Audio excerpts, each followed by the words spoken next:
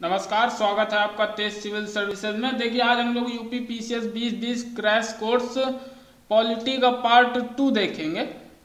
Part 2 में आज हम लोग रेगुलेटिंग एक्ट के बारे में पढ़ेंगे, लेकिन इसे हम आज टेस्ट सीरीज को शुरू करें एक्ट की। इससे पहले मैं चाहता हूं कि अगर आपने चैनल को सब्सक्राइब नहीं किया है तो सब्सक्राइब कर लें, ताकि जो क्रैश कोर्स चल रहा है उसका आप अधिक से अधिक लाभ उठा सके और अगर आप चाहें तो इसे अधिक से अधिक लोगों को सब्सक्राइब भी करवा सकते हैं। चलिए आइए देखते हैं हम लोग। ये हालांकि रेगुलेटिंग एक्ट का पार्ट 1 है, पार्ट 2 भी आएगा, क्योंकि एक ही वीडियो में पूरा समेटना बहुत मुश्किल था। तो आइए हम शुरू करते हैं। देखिए, पहला क्वेश्चन देखते हैं कि 1773 के रेगुलेटिंग एक्ट के तहत निम्न कथनों पर विचार कीजिए। ठीक है, इस समय ब्रिटिश पीएम नॉर्थ था। अगला देखते हैं, यह गुप्त समिति के सिफारिश पर पारित किया गया था। ठीक है, अगला देखते हैं, इसके तहत मुंबई के गवर्नर को तीनों प्रेसिडेंसियों का गवर्नर बना दिया गया। अगला देखते हैं, पहला गवर्नर जनरल वॉरेन हेस्टिंग्स बनाया गया। ठीक है, अगला देखते हैं, बिना लाइसेंस प्राप्त किए गए व्यापार को प्रतिबंधित कर दिया गया। तो देखिए, इस समय ब्रिटिश पीएम नॉर्थ था। ठीक है, ये बिल्कुल सही है। अगला, यह गुप्त समिति की सिफारिश पर पारित किया गया, ये भी सही है। इसके तहत मुंबई के गवर्नर को तीनों प्रेसिडेंसियों का गवर्नर जनरल बना दिया गया। देखिए, ये वाला गलत है, तीसरा नंबर गलत है। इस बिल के तहत बंगाल के गवर्नर जनरल को तीनों प्रेसिडेंसियों का गवर्नर जनरल बना दिया गया। मद्रास और मुंबई, बंगाल, मद्रास, मुंबई, तीनों प्रेसिडेंसियों का गवर्नर जनरल बना दिया गया। ठीक है, अगला देखते हैं, पहला गवर्नर जनरल वॉरेन हेस्टिंग्स था, तो चौथा भी सही है। और पांचवा, बिना लाइसेंस प्राप्त किए गए व्यापार को प्रतिबंधित कर दिया गया, तो ये भी सही। देखिए, पहला भी सही है, दूसरा भी सही है, चौथा भी सही है और पांचवा भी सही है। तो पहला दूसरा यानी इसका आंसर हो गया डी। अब देखिए, चूंकि गवर्नर जनरल बनाया गया पूरे बंगाल का, तो वॉरेन हेस्टिंग्स था। इसके साथ 4 सदस्य और थे, तो उनके नाम याद रखने बहुत जरूरी है। आइए देखते हैं। पहला नाम था आपका फिलिप फ्रांसिस, ध्यान रखेंगे। एक नाम था क्लेवरिंग, एक नाम था मानसन, और एक था वॉरवेल। तो हम ध्यान रखेंगे, इसको हम ध्यान रखेंगे। अगला देखते हैं क्वेश्चन, सेकंड नंबर, 1781 के एक्ट के तहत निम्नलिखित कथनों पर विचार करें। पहला नंबर देखते हैं, क्या इसे बंगाल जुडिकेचर एक्ट भी कहा जाता है। ठीक है, अगला देखते हैं, इस एक्ट के द्वारा कलकत्ता की सरकार को बंगाल, बिहार, उड़ीसा के लिए विधि बनाने की शक्ति दी गई। ठीक है, तीसरा नंबर देखते हैं, गवर्नर जनरल की परिषद को सर्वोच्च न्यायालय की अधिकारिता से मुक्त कर दिया गया। ठीक है, अगला देखते हैं, चौथा नंबर, तो इसी के तहत कलकत्ता में सर्वोच्च न्यायालय की स्थापना की गई। अब देखिए, इसे बंगाल जुडिकेचर एक्ट भी कहा जाता है, पहला आपका सही है। दूसरा देखते हैं, इस एक्ट के द्वारा कलकत्ता की सरकार को बंगाल, बिहार, उड़ीसा के लिए विधि बनाने की शक्ति दी गई, तो ये भी सही है। और इसका ये ध्यान रखेंगे, बंगाल, बिहार, उड़ीसा। तीसरा देखते हैं, गवर्नर जनरल की परिषद को सर्वोच्च न्यायालय की अधिकारिता से मुक्त कर दिया गया, तो आपका तीसरा भी सही है। चौथा, इसी के तहत कलकत्ता में सर्वोच्च न्यायालय की स्थापना की गई, तो ये चौथा नंबर गलत है। देखिए, कलकत्ता में सर्वोच्च न्यायालय की स्थापना 1773 के रेगुलेटिंग एक्ट के तहत की गई थी, और इसके जो मुख्य न्यायाधीश थे उनका नाम एलिजा इम्पे था।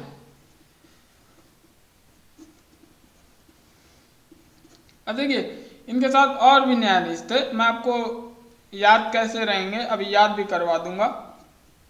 एक थे जनाब चैम्बर्स, एक थे आपके हाइड, और एक थे क्लीमेंस्टर, जहां तक ध्यान, क्लीमेंस्टर। ठीक है, तो देखिए, एलिजा इम्पे आप ध्यान रखिएगा, ये मुख्य न्यायाधीश थे। और कोर्ट में हम जानते हैं चैम्बर्स होते हैं वकीलों के, वकील फाइल को हाइड करके रखते हैं और क्लेमेंस्टर को आप ध्यान रखेंगे। तो यानी इसका आंसर क्या होगा, पहला सही है, दूसरा सही है, तीसरा सही है और चौथा गलत था। तो यानी 1 2 3, 1 2 3 यानी सी इसका सही है। आइए अगला क्वेश्चन देखते हैं। कौन से कथन पिट्स इंडिया एक्ट 1784 के संबंध में सत्य हैं। ठीक है, देखते हैं। पहला, इसके माध्यम से कंपनी के राजनैतिक एवं व्यापारिक क्रियाकलापों को अलग कर दिया गया। ठीक है, अगला देखते हैं।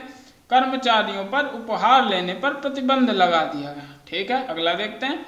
परिषद के सदस्यों की संख्या 4 से 3 कर दी गई। ठीक है, ब्रिटिश सरकार का कंपनी के मामलों में नियंत्रण स्थापित किया गया। ठीक है, अगला देखते हैं। दास प्रथा को गैर कानूनी घोषित किया गया। अब देखते हैं बारी बारी से कौन सा सही। पहला देखते हैं, इसके माध्यम से कंपनी के राजनीतिक एवं व्यापारिक क्रियाकलापों को अलग कर दिया गया। तो ये वाला आपका सही है, इसी के द्वारा अलग किया गया। दूसरा, कर्मचारियों पर उपहार लेने पर प्रतिबंध लगा दिया गया। तो बिल्कुल सही है, इसी के तहत प्रतिबंध लगा दिया गया था। परिषद के सदस्यों की संख्या 4 से 3 कर दी गई, ये भी सही। देखिए अभी मैंने बताया था ना, क्लेवरिंग, मानसन, वारवेल और फिलिप फ्रांसिस, तो वही है, 4 थे अब 3 कर दी गई।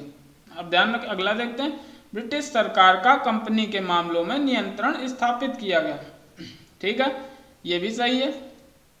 दास प्रथा को गैर कानूनी घोषित किया गया, देखिए ये गलत है। दास प्रथा को गैर कानूनी 1833 एक्ट के तहत किया गया और 1843 में इसका पूर्णतः उन्मूलन कर दिया गया, मतलब समाप्त कर दिया गया। यानी इसका सही है 1 2 3 4 यानी सी, ध्यान रखेंगे। अगला देखते हैं। कौन सा कथन 1786 का अधिनियम से संबंधित है। पहला देखते हैं, गवर्नर जनरल को विशेष परिस्थितियों में परिषद के निर्णय को निरस्त करने का अधिकार प्राप्त हुआ। ठीक है, अगला देखते हैं। इस समय गवर्नर जनरल विलियम बेंटिक था।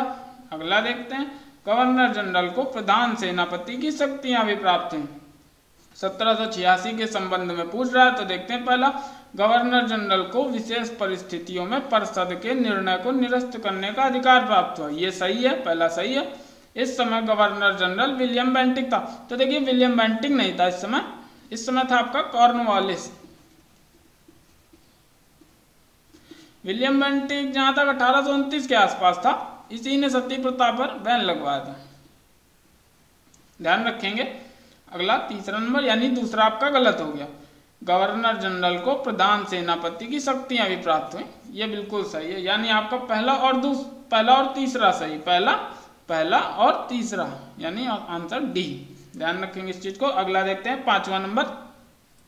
तो कौन सा कथन 1793 के चार्टर एक्ट के संबंध में सत्य है। पहला देखते हैं। नियंत्रक मंडल के सदस्यों को भारतीय राजस्व से वेतन देना शुरू किया गया। ठीक है, सभी कानूनों की व्याख्या का अधिकार न्यायालय को दिया गया। पहला देखिए, नियंत्रक मंडल के सदस्यों को भारतीय राजस्व से वेतन देना शुरू किया गया, तो ये बिल्कुल सही है। सभी कानूनों की व्याख्या का अधिकार न्यायालय को दिया गया, तो ये भी सही, यानी 1 और 2 दोनों सही है, 1 और 2 दोनों सही। तो इस बात को ध्यान रखेंगे। और देखिए जो मैं बता रहा हूं इसको आप क्वेश्चन पहले पढ़िए, उसके बाद मेरे आंसर देने से पहले ही वीडियो को रोक के अपना आंसर दें। ठीक है, ध्यान रखिए। अब अगला देखते हैं क्वेश्चन। निम्नलिखित में से किस अधिनियम द्वारा कार्यपालिका एवं न्यायपालिका को अलग कर दिया गया। पहला देखते हैं, पिट्स इंडिया एक्ट 1784। अगला है 1781 का संशोधात्मक अधिनियम। सी है चार्टर अधिनियम 1813 और डी है रेगुलेटिंग एक्ट 1773। तो इसका आंसर ध्यान रखेंगे हम, 1781 का संशोधात्मक अधिनियम इसका आंसर है, यानी बी। अब अगला देखते हैं 7वां नंबर क्वेश्चन, इंपॉर्टेंट है। कौन सा कथन 1813 के चार्टर एक्ट के संबंध में सत्य है। पहला देखते हैं, ईसाई मिशनरियों को भारत में धर्म प्रचार की आज्ञा दी गई। दूसरा देखते हैं, कंपनी के व्यापारिक एकाधिकार को समाप्त कर सभी जनों को व्यापार की अनुमति दी गई। तीसरा देखते हैं, चीन के साथ व्यापार और चाय के व्यापार के एकाधिकार को बनाए रखा गया। चौथा देखते हैं, भारतीयों की शिक्षा पर 10 लाख प्रतिवर्ष खर्च का उपबंध किया गया। और पांचवा देखते हैं कि स्थानीय स्वायत्त शासी संस्थाओं को कर लगाने का अधिकार दिया गया। अब देखिए 1813 के संदर्भ में पूछ रहा, तो ईसाई मिशनरियों को भारत में धर्म प्रचार की आज्ञा दी गई, यानी ये बिल्कुल सही है, दी गई थी, 1813 चार्टर एक्ट के माध्यम से ही दी गई थी। अब अगला देखते हैं, कंपनी के व्यापारिक एकाधिकार को समाप्त कर सभी ब्रिटिश जनों को व्यापार की अनुमति दी गई, तो ये भी सही है, बिल्कुल सही है। तीसरा देखते हैं, चीन के साथ व्यापार और चाय के व्यापार के एकाधिकार को बनाए रखा गया, आपका तीसरा भी सही है। चौथा देखते हैं, भारतीयों की शिक्षा पर 10 लाख प्रतिवर्ष खर्च का उपबंध किया गया, तो देखिए ये गलत है, 10 लाख नहीं 1 लाख का किया गया था, 1 लाख प्रतिवर्ष खर्च का उपबंध किया गया शिक्षा पर। और बाकी अंग्रेज इतने मेहरबान नहीं थे कि भारतीयों पर 10 लाख खर्च करेंगे। पांचवा देखते हैं कि स्थानीय स्वायत्त शासी संस्थाओं को कर लगाने का अधिकार दिया गया, यानी ये भी सही है, दिया गया था, यानी पहला सही, दूसरा सही, तीसरा सही और पांचवा सही, यानी 1 2 3 5, 1 2 3 5 यानी डी। अगला देखते हैं, कौन से कथन 1833 के चार्टर एक्ट के संबंध में सत्य हैं। पहला देखते हैं, इसके द्वारा देश की शासन प्रणाली का केंद्रीकरण किया गया, तो बिल्कुल। अगला देखते हैं कि कंपनी के व्यापारिक एकाधिकार को पूरी तरह समाप्त कर दिया गया, ठीक है। प्रथम विधि आयोग का गठन किया गया, ठीक है। दास प्रथा को विधि के विरुद्ध घोषित किया गया। तो देखिए शुरू करते हैं कि इसके द्वारा देश की शासन प्रणाली का केंद्रीकरण किया गया, तो ये बिल्कुल सही है आपका। अगला देखते हैं, कंपनी के व्यापारिक एकाधिकार को पूरी तरह समाप्त कर दिया गया, तो ये भी सही है। देखिए ऊपर वाले में चाय और चीन के साथ व्यापार के एकाधिकार को बनाए रखा गया था, लेकिन इसमें 1833 में खत्म कर दिया, बिल्कुल सही है। और तीसरा देखते हैं, प्रथम विधि आयोग का गठन किया गया, ये भी सही है। दास प्रथा को विधि के विरुद्ध घोषित कर दिया गया, ये भी सही है, यानी इसके चारों आंसर सही, यानी सभी सही, यानी ए। अब देखिए प्रथम विधि आयोग 1833 में किसकी अध्यक्षता में गठित किया गया, तो हम ध्यान रखेंगे 1833 में लॉर्ड मैकाले की अध्यक्षता में, ध्यान रखिएगा, वेरी इंपॉर्टेंट क्वेश्चन है आने वाले समय के लिए, ध्यान रखिएगा इसे। अगला देखते हैं 9वां क्वेश्चन कि अंग्रेजों को किस अधिनियम के तहत बिना लाइसेंस भारत आने जाने, बसने तथा व्यापार करने की स्वतंत्रता प्रदान की गई, तो हम पहला देखते हैं 1786 का अधिनियम, दूसरा 1793 का चार्टर एक्ट, तीसरा 1833 का चार्टर एक्ट, या चौथा 1813 का चार्टर एक्ट, तो इसका आंसर है तीसरा 1833 का चार्टर एक्ट। अब देखते हैं 10वां नंबर, तो देखते हैं किस अधिनियम की धारा 87, मोस्ट इंपॉर्टेंट है धारा 87, ध्यान रखिएगा, के तहत कंपनी के अधीन पदों पर चयन के लिए किसी व्यक्ति को धर्म, जन्म स्थान, मूल वंश या रंग, ध्यान रखिएगा, के आधार पर अयोग्य नहीं ठहराया जा सकता था। तो पहला देखते हैं 1786 का अधिनियम, दूसरा 1793 का अधिनियम, तीसरा 1833 का चार्टर एक्ट और चौथा 1813 का चार्टर एक्ट, तो इसका आंसर होगा तीसरा 1833 का चार्टर एक्ट, इस बात को ध्यान रखेंगे हम। अब 11वां नंबर देखते हैं, किस चार्टर एक्ट के माध्यम से कर्मचारियों की नियुक्ति के लिए प्रतियोगी परीक्षाओं को आधार बनाएगा, ये मोस्ट इंपॉर्टेंट क्वेश्चन है, आप ध्यान रखिएगा। और मैं चाहूँगा आप ये भी बताएं कि इस समय शासन किसका था, इस समय अपने यहाँ जो है गवर्नर जनरल कौन था भारत का, अभी मैं बताऊँगा। पहला 1793 का चार्टर एक्ट, दूसरा 1813 का चार्टर एक्ट, तीसरा 1833 का चार्टर एक्ट या चौथा 1853 का चार्टर एक्ट, तो इसका आंसर होगा 1853 का चार्टर एक्ट। इस समय गवर्नर जनरल कौन था, तो ध्यान रखेंगे डलहौजी। मोस्ट इंपॉर्टेंट क्वेश्चन है, प्रतियोगी परीक्षाओं वाला, कई बार पूछा जा चुका है, आप ध्यान रखेंगे। 12वां नंबर देखते हैं, विधि सदस्य को कब गवर्नर जनरल की कार्यकारिणी का पूर्ण सदस्य बना दिया गया। अब देखिए विधि आयोग कब बना, 1833 में, मैं इसे अभी आपको कनेक्ट करके बताऊंगा। पहला 1793 का चार्टर एक्ट, दूसरा 1813 का चार्टर एक्ट, तीसरा 1833 का चार्टर एक्ट या चौथा 1853 का चार्टर एक्ट। तो देखिए विधि आयोग कब बना? 1833 में। अब समझ लीजिए 1833 में बना और 1853 में उसके सदस्यों को पूर्ण सदस्य बना दिया गया। ध्यान रखिएगा। 13वां क्वेश्चन देखते हैं। किस अधिनियम के द्वारा भारत में प्रथम बार विधान परिषद की स्थापना की गई? मेन इंपॉर्टेंट क्वेश्चन है, ध्यान रखिएगा। अगला आंसर देखते हैं। 1813 का चार्टर एक्ट, दूसरा 1833 का चार्टर एक्ट, तीसरा 1853 का चार्टर एक्ट, चौथा 1858 का भारत शासन अधिनियम। तो इसका आंसर ध्यान रखेंगे हम 1853, ध्यान रखेंगे 1853। अब देखिए ये जो विधान परिषद थी इसमें कुल 12 सदस्य थे। कितने? 12 सदस्य। इसी ने आगे एक प्रकार से लघु संसद का रूप भी ग्रहण किया, ध्यान रखिएगा। और इसी के द्वारा क्षेत्रीय प्रतिनिधित्व का सिद्धांत भी दिया गया। क्या? क्षेत्रीय प्रतिनिधित्व, क्षेत्रीय प्रतिनिधित्व, ध्यान रखिएगा। मोस्ट इंपॉर्टेंट क्वेश्चन है ये, इस बात को ध्यान रखिएगा। अब अगला देखते हैं। बस ये 2 लास्ट क्वेश्चन ही है, मैंने कुल 15 ही रखे थे, धीरे धीरे बढ़ाऊंगा।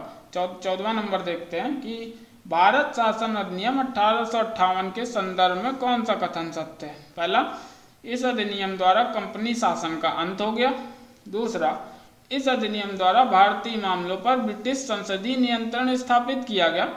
तीसरा, बोर्ड ऑफ डायरेक्टर तथा बोर्ड ऑफ कंट्रोलर को समाप्त कर दिया गया। चौथा, भारत सचिव तथा 15 सदस्यों की एक भारत परिषद की स्थापना की गई। देखिए पहला, इस अधिनियम द्वारा कंपनी शासन का अंत कर दिया गया, बिल्कुल सही है, ध्यान रखिएगा। अगला देखते हैं। इस अधिनियम द्वारा भारतीय मामलों पर ब्रिटिश संसदीय नियंत्रण स्थापित किया गया, यानी ये भी सही है। दूसरा भी सही, बिल्कुल सही है। बोर्ड ऑफ डायरेक्टर तथा बोर्ड ऑफ कंट्रोलर को समाप्त कर दिया गया, ये भी सही है, बिल्कुल सही है। भारत सचिव तथा 15 सदस्यों की एक भारत परिषद की स्थापना की गई, यानी ये भी सही, यानी चारों सही। अब देखिए मैं आपको इसे समझाऊंगा, ये बहुत इंपॉर्टेंट है। 1858, क्योंकि इसी के बाद भारत के गवर्नर जनरल को वायसराय कहा जाने लगा। क्या कहा जाने लगा? प्रथम वायसराय कौन था? कैनिंग। कैनिंग प्रथम वायसराय था। और इतना बवाल क्यों हुआ? कंपनी के शासन का अंत हो गया, संसदीय नियंत्रण स्थापित किया ब्रिटेन ने भारतीय मामलों पर। ऐसा इसलिए हुआ क्योंकि इससे पहले 1857 का विद्रोह हुआ था, ध्यान रखिएगा। 1857 का विद्रोह हो गया था, जिसे कुछ लोग राष्ट्रीय विद्रोह भी कहते हैं, कुछ लोग सैनिक विद्रोह भी कहते हैं, लेकिन ध्यान रखिएगा मंगल पांडे, बैरकपुर छावनी, इसकी वजह से हुआ था। इसका आंसर है ए, सभी सही। अगला देखते हैं 15वां नंबर। देखिए कुल यहाँ 15 सदस्य थे। एक चीज और बता दूं, 15 सदस्य थे, इसे 8:7 में बांटा गया। 8 की नियुक्ति ब्रिटिश क्राउन करता था, ब्रिटिश क्राउन, और 7 की नियुक्त कंपनी के डायरेक्टर, ध्यान रखेंगे, डायरेक्टर, ध्यान रखिएगा इस बात को। 15वां देखते हैं। किसे भारत के शिक्षित वर्ग ने अपने अधिकारों का मैग्ना कार्टा कहा? पहला नंबर 1861 का अधिनियम, दूसरा नंबर 1858 का अधिनियम, तीसरा नंबर 1853 का चार्टर एक्ट, या फिर डी महारानी का घोषणा पत्र। इसका आंसर होगा डी महारानी का घोषणा पत्र, जो 1858 में, देखिए इसका पूरी डेट बता देता हूँ, 1 नवंबर 1858 में जो पत्र पढ़ा गया उसे महारानी का घोषणा पत्र कहते हैं। एक इससे स्थान जुड़ा हुआ है, ये कहाँ पढ़ा गया? तो इलाहाबाद में। अगर पूछेगा किसके द्वारा पढ़ा गया तो आप ध्यान रखेंगे कैनिंग के द्वारा। वेरी इंपॉर्टेंट क्वेश्चन है, कहाँ पढ़ा गया, किसके द्वारा पढ़ा गया और कब पढ़ा गया। और मैग्ना कार्टा तो आप समझते ही हैं, कई बार ये नारे भी लगे हम महारानी की रैयत होना चाहते हैं, तो इस बात को ध्यान रखेंगे कि महारानी के घोषणा पत्र को मैग्ना कार्टा कहा गया। 1 नवंबर 1858 को पढ़ा गया। कहाँ से पढ़ा गया? तो इलाहाबाद से। किसने पढ़ा? तो कैनिंग ने। तो ये थे आज के मोस्ट इम्पॉर्टेंट क्वेश्चन। और अगर आप वीडियो को रोक के आंसर देने की कोशिश करेंगे तो बहुत अच्छा होगा। और बाकी वीडियो कैसा लगा ये ज़रूर बताइएगा। और आने वाला समय अच्छा ही होगा। मैं आपकी लगातार प्रैक्टिस करवाऊंगा। और अगर आपने चैनल सब्सक्राइब नहीं किया है तो सब्सक्राइब जरूर कर लें। सब्सक्राइब करने के बाद बेल आइकन को दबा दें ताकि लेटेस्ट नोटिफिकेशन आपको जरूर मिल जाए। इसे लाइक एंड शेयर भी कर दें। बाकी लॉकडाउन का समय है, पढ़ते रहें, आगे बढ़ते रहें। जय हिंद, जय भारत।